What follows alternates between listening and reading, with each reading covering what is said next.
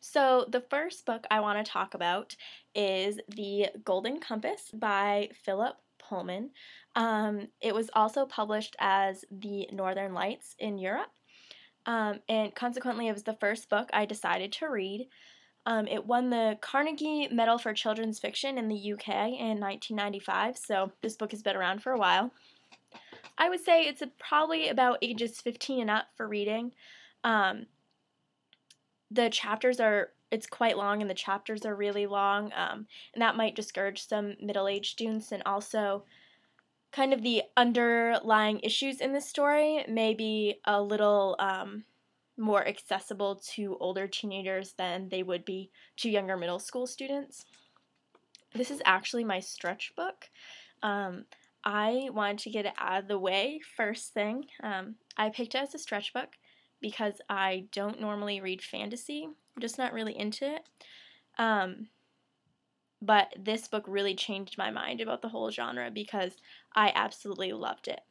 I think one of the things that really didn't connect me to the fantasy genre is I like to be able to read something and connect it to my everyday life, and fantasy spends a lot of times in other worlds and societies that we don't really have a connection to, but that's what makes this book different.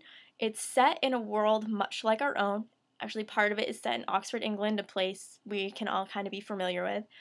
But there's a lot of supernatural elements thrown in that really make the fantasy piece.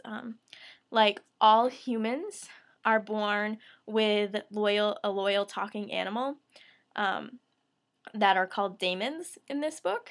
And it's quite interesting. There's a really big connection between the human and this animal. And there's a friendship that goes along throughout their whole life, which is pretty interesting. The one thing I really loved about this book was the main character, Lyra.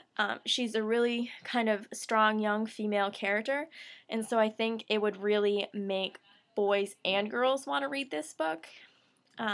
She's always like determined, looking for an adventure. She's just the kind of person that this story needs to drive it. She's amazingly written. Another thing that's quite interesting is in this book, what really drives the plot is this kind of conspiracy over what's called dust. You learn more about it in the book as you read along, but at first you have no idea, and that kind of really pushes you to keep reading all these things you want to learn about this society, about this world, and dust is a really big thing. And I think you'll be kind of interested to see how dust is in the end and what it is and all of that good stuff. I think the best part about this book is that it's the first in a trilogy. The second book in the trilogy is called The Subtle Knife, and the third book is called The Amber Spyglass. And both of those are now on my to-read list. And definitely if you pick up this book and you like it, then you have that to look forward to too.